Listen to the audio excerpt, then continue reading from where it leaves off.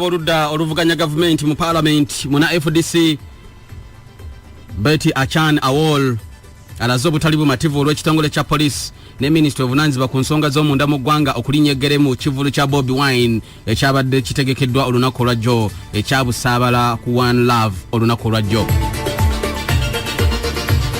Betty Achan ategeezezza nti kyennyamiza okulaba nga police erinnyegere oba yalinnyegere mu nteekateeka z'ekivulu kya Bobiwine atenga ku lwokuna lwa wiiki ewunzikiddwa. Ministry yemwe Nanziba ku nsonga z'omunda mu ggwanga nga yabikulembeddwamu Minister Abubeka Jeje Odong. Parliament yagitegeezezza nga bwe bagenda okuleka Bobiwine akole ebivulu bye n'okuyimba okusobola okufuna ekigulira magaliddiba. Ono akulembera buludde oluvuganya government agamba balinze bonga abavuganya government parliament eddemu okutuula ng'ennaku z'omwezi 8 January bafaafaagane n'abanene mu government nga bababuuza lwaki balemeseza Bobiwine okuyimba. Oluwulidde ebyo Minister avunanzibwa ku by'ensonga z'omunda mu ggwanga Abubeka Jeje Odong n'avaamu omwasi n'agamba Bobiwine Yesu twamukkiriza eby'okuyimba naye tekyali kigazi bwe ekyo twamuteerawo obukwakkulizo nti bwe nali mu parliament ku lwokuna. Jeje Odong Abubeka nabategeeza mugende mukebere ku Hansard okuwandiikibwa ebibeera biteeseddwa mu parliament. Twategeeza ensi yonna nti Bobiwine waddemba okuyimba singa abeera agoberedde amateeka g'ataagoberedde.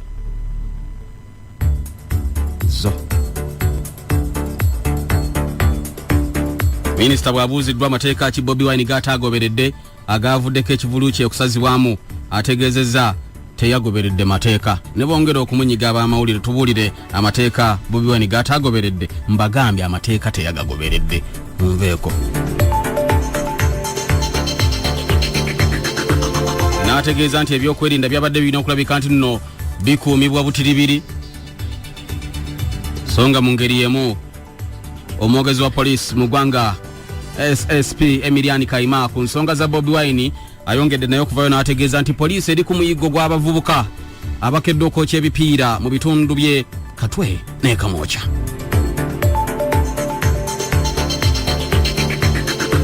Emiliani Kaima ategeeza nti nno police amangu ddala olw'okutemezebwako basajja baayo nti bano babadde bateekateeka gazi ya kwekalakaasa kwabwe nga bagamba balaga obutali bumativu bwabwe ku mbeera eyabadde olunaku olwajjo Bobiwine n'alemesebwa okuyimba.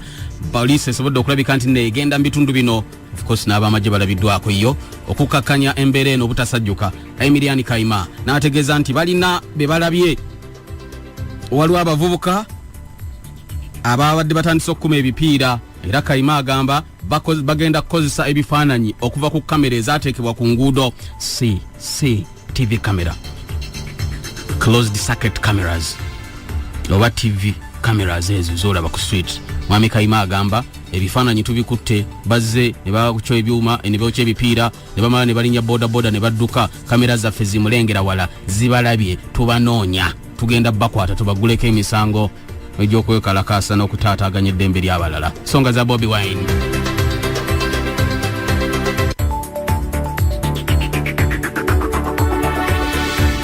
Maama Fiina ayirayiridde okutabaganya Bobiwine ne Bebekulu.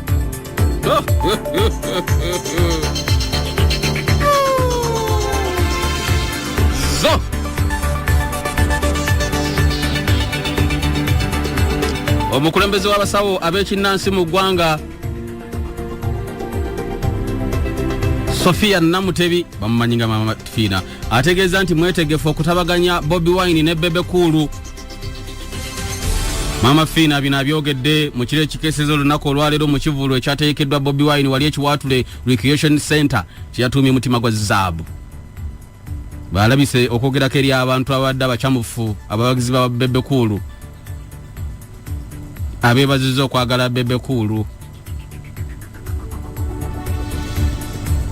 N'agamba nti Bebekulu mwebale kumwagala kuba alina omutima ogwa zaabu ng'ogwange.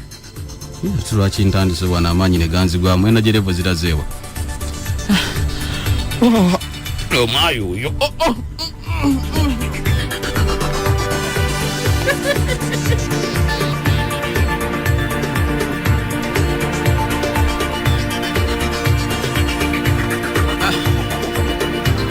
Maama Fiina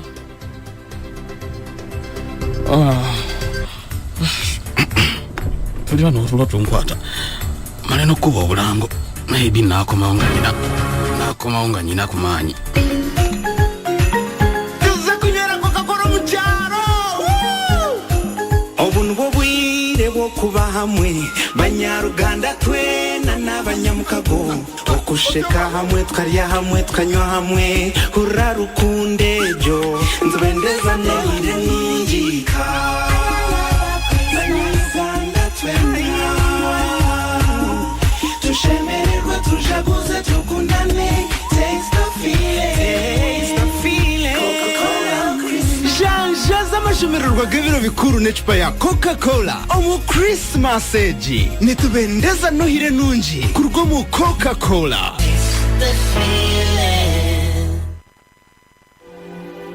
Oluvannyuma lw'okukola ennongoosereza mu tteeka lya Excise Duty Act, gavumenti ya Uganda etwala omukisa guno okutegeeza bannayuganda bonna nti omusolo ku mobile money gukendeezeddwa. Omusolo guno gujja kuba kukuggyayo ssente kwokka ku butundutundu 5 ku buli 100. Okugeza bw'oba oggyayo siringisi emitwalo 10 ojja kuggibwako omusolo gwa siringisi 5. Tiwokyali musolo gukuggyibwako ng'osindika ssente nga bakuweereza ssente ng'oteekayo ssente oba ng'osasula ebisale. Okumanya ebisingawo tukubire ku simu ku nnamba emu etali yakusasulirwa oba tukyalire ku mutimbagano gwaffe www.airtel.co.ug. Airtel, the smartphone network.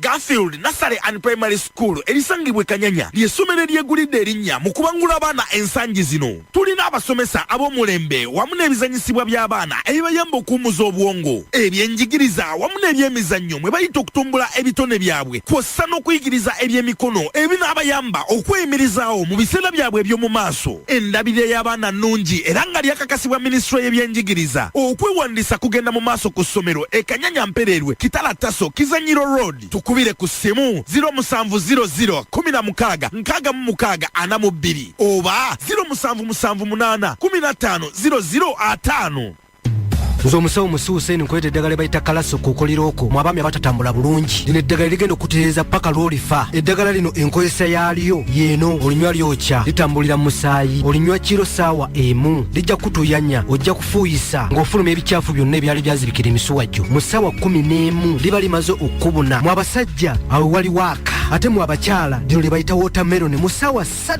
oba omaze okutereera ate gwatawanyizibwa amannyo erinnyo likuluma lirimu ebituli buzibu ki bw'olina ku linnyo gwalisa sayidi emu jangu na kyakulya kyo olumala okujjanyaba olire sayidi eri gy'obadde toliisa gwanywa ekyokyo oba ekinyogoga nga mannyo gasanyalala gwe jangu na kyakunywa oba ice tusangibwa wakaliga wakyengulwa bumotero enamba y'essimu 0754 39 973. Kalaso Herbal Tooth Product lisinganibwa amafamasi gonna naawe ayagala akamu akamu oba omusuubuzi tukwaniriza ku ddwaliro lyaffe wano ewakaliga.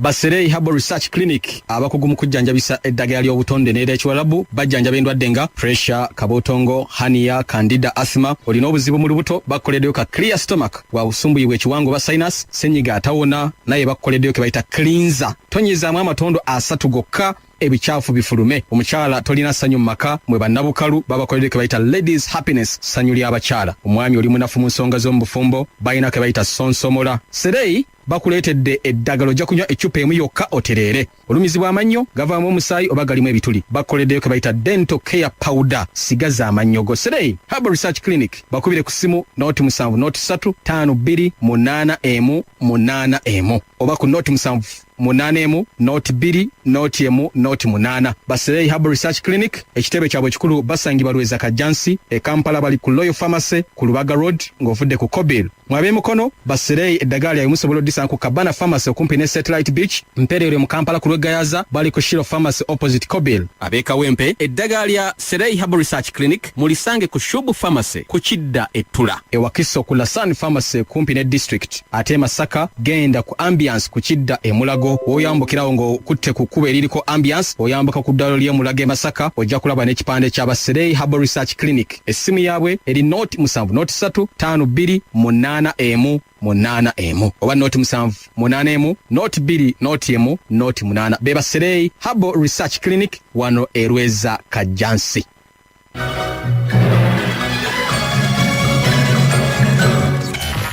ebirwawo byerabirwa katwejjukanye nga tukujjukiza ebyaliwo olwaleero mu pulogulaamu ekiri atabaala katwejjukanye akutuusibwako baserei Herbal Research Clinic abasangibwa olweza kajjansi okumanya ebisingawo kuba ku nnamba noti 781 noti 2 noti 1 noti 8 oba noti 7 noti 3 5 2 8 8 ye Dr. Hassan Haruna Kabuuza.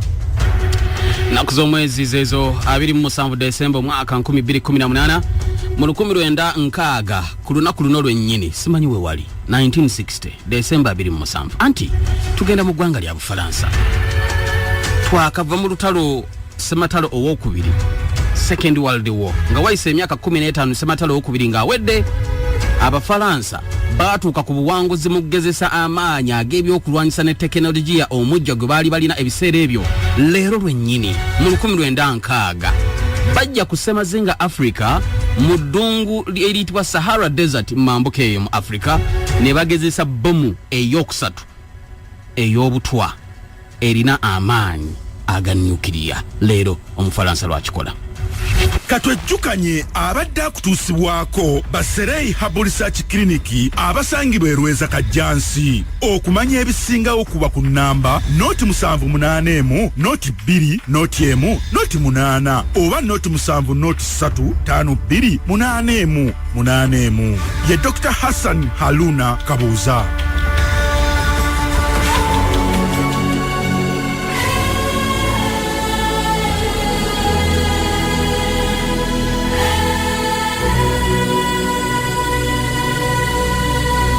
Wetuli wenyini dakika 2 mwendeze tusigaza tuigate kusawa 10 za kaungeza koruna koralero the news magazine ya chili atabara nze Hajj Kazibe Bashir Mbazira wona woli mukwano gwa nkugamba nti embozi ze mwalonze programs esatu ezisinze ezasinze mu mwaka guno 2018 tuwalirizidde okuteekawo akasirisa kakoma katono nnyo olw'embeera eri munda mu ggwanga erya Sudan. President w'eggwanga eri ebintu byongedde okumwonoonekera abantu batabuse ekiri Sudan kifaanaganako kiti Sudan essaawa eno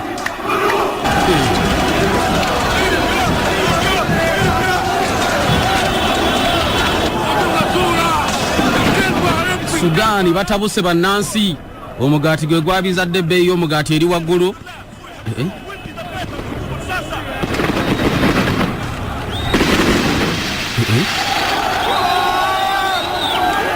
abantu bakuba amasasi gye gava gye badda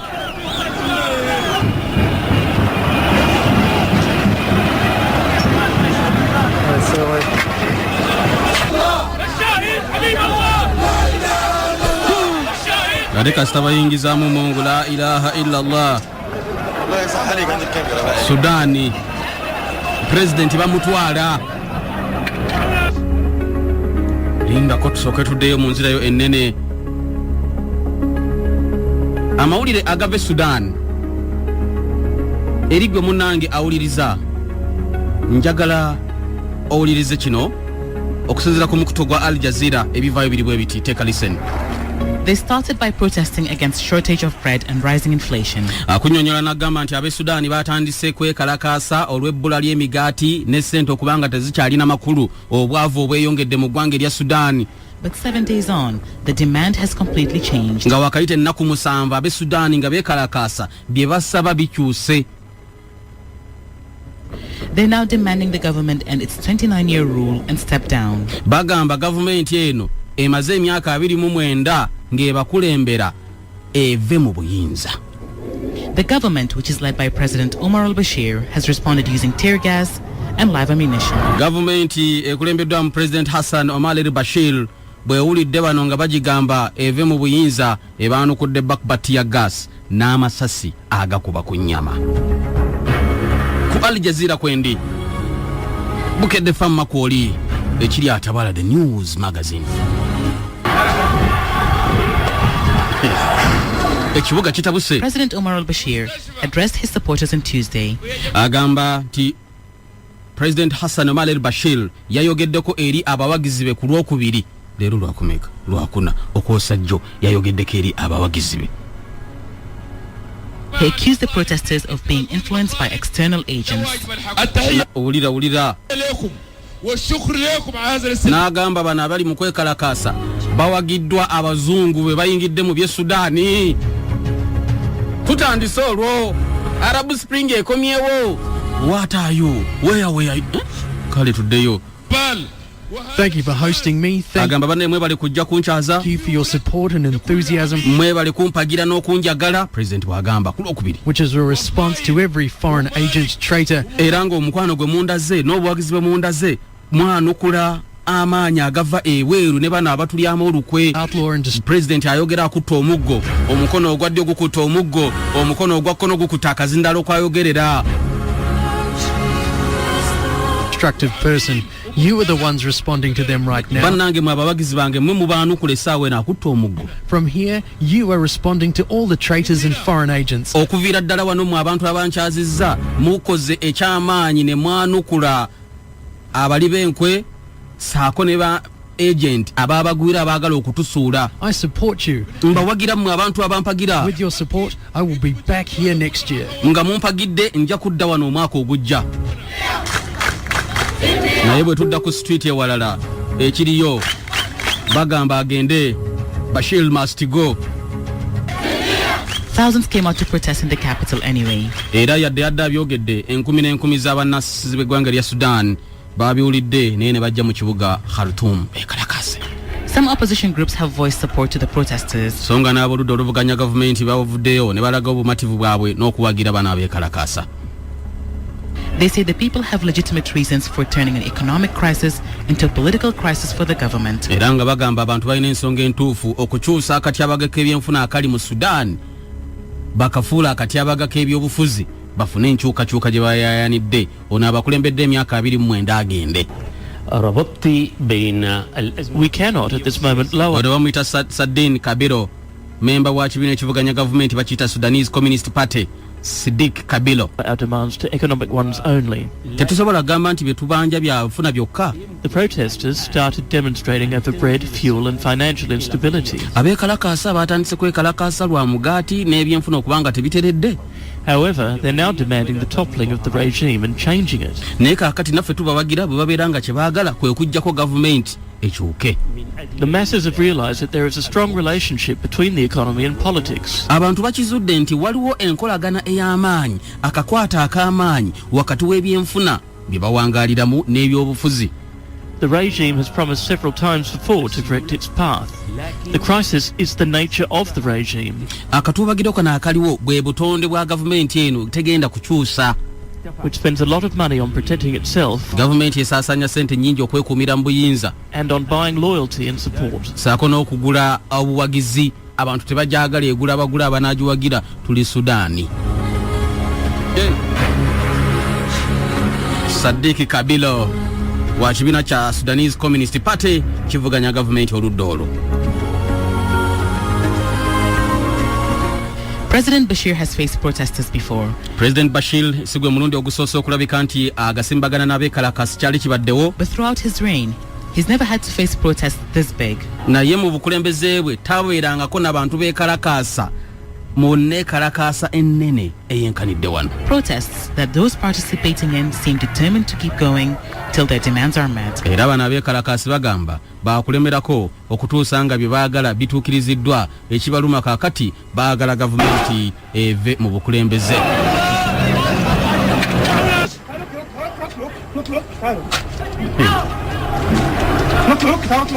Abantu balinnye ku mamotoka bali mu kugookya. Bali mu kugookya. Amasasi gavuga okuva ku sayidi eri nga bw'owulira.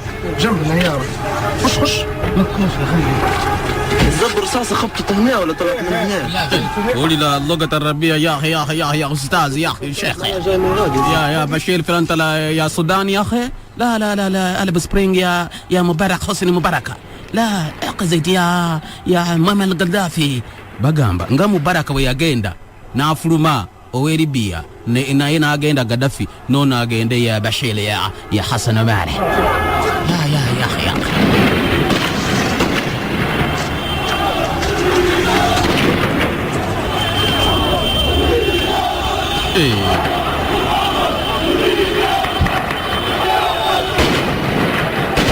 amagasi ganyuka.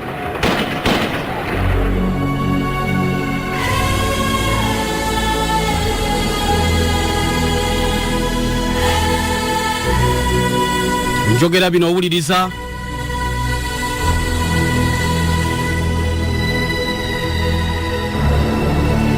Bannamawulire mu Sudaani beegasse ku beekalakaasi.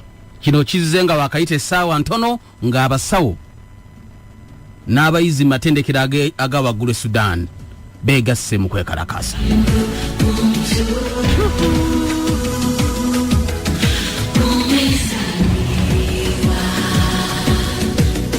Gegali kwosi okuva e Sudan munnange. Ekibiina ekigatta bannamawulire munda mu ggwanga erya Sudan kyegasse ku bannansi b'eggwanga erya Sudan mu kwekalakaasa wakati mu kaseera kano gavumenti ng'eyongedde amaanyi ag'okukkakkanya abeekalakaasi mu bitundu ebyenjawulo ng'okwekalakaasa kwatandika sabbiiti ewunzikiddwa munnange nga bano bawakanya embeera gye bawangaliramu ey'okulabika nti omugaati gufuuse akagaati. Ebibiina by'obufuzi ebyenjawulo nabyo munnange bivuddeyo bivuganya gavumenti. Bivuddeyo nabyo ne bigamba tukuŋŋaanire mu bitundu ebyenjawulo. Njogera bino owuliriza mu kibuga Khartoum abantu bali mu kwekalakaasa. Ebibuga ebirala mu ggwanga erya Sudan baatandika okwekalakaasa Desemba. Gavumenti nayo neetandika okugulawo akabaati n'ekuba abawerako. Ekibiina ekigatta bannamawulire mu ggwanga erya Sudan bafulumizza ekiwandiiko ne bagamba we declare a 3-day strike from December 27th to protest against the violence unleashed by the government against demonstrators. Eyo kyekibiina ye oja yeeyo kati mwagala kola kimugamba ki.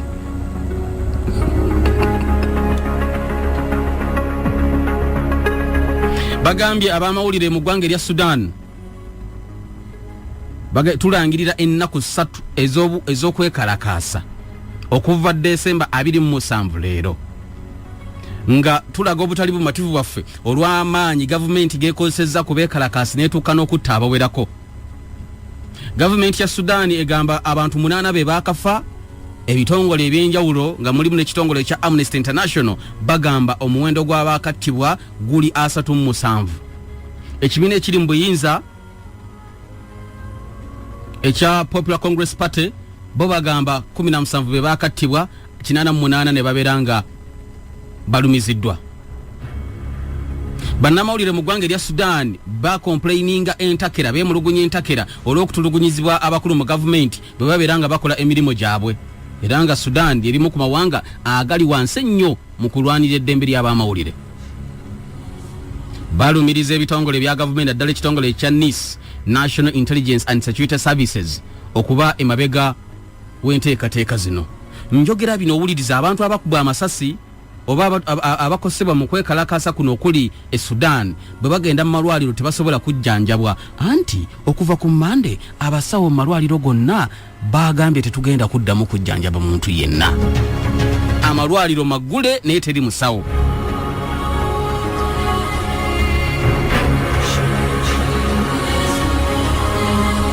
Munnange ebibiina ebirwanizi by'eddembe saako n'aboludde oluvuganya gavumenti baongedde okunga abantu bagende ku street mu nnaku endala eziddako.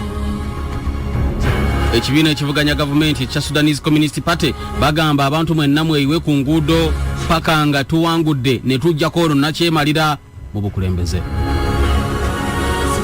Gavumenti nayo kyekoze erina abawerako beekutte ebitongole ebyenjawulo ebyo by'okwerinda bisobodde okukwata aboludde oluvuganya gavumenti abawererako ddala.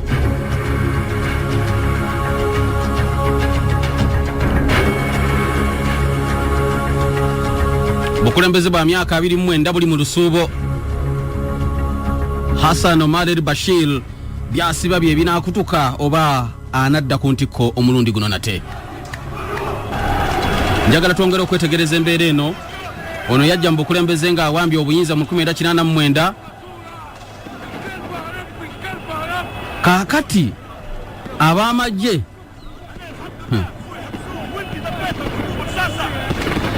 mmala okulaba wano amagye gagamba ki Sudaani. Amagye gagamba ki e Sudaani we twogerera. Tegeddeko wano nti ono wakati mu mbeera eriwo gy'owulira mu background ekirabika nti kyongedde okutiisa obukulembeze bwa President Hassan Omar al-Bashir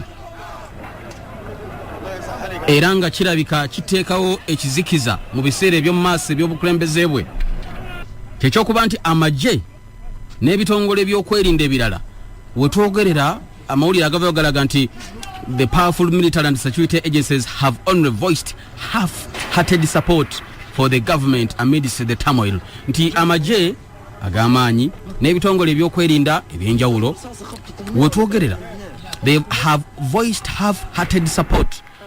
Emitima gyabwe gimuwagira mu ngeri ya kitundutundu ng'okwekalakasa kwakatandika yadde owulira amasasi agabwatuka abantu abakubiddwa amasasi n'ebirala ebigwa mu kkowe eryo naye obuwagizi bw'ebitongole ebyokwerinda bwa kiboggwe eri president.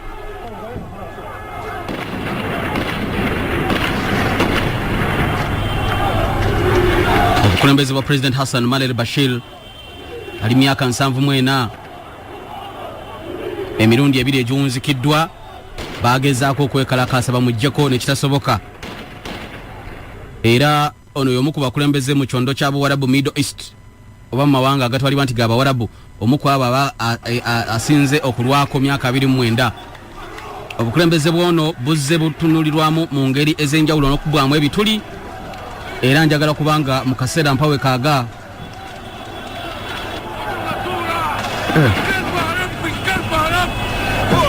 boolekera parliament nno boolekera parliament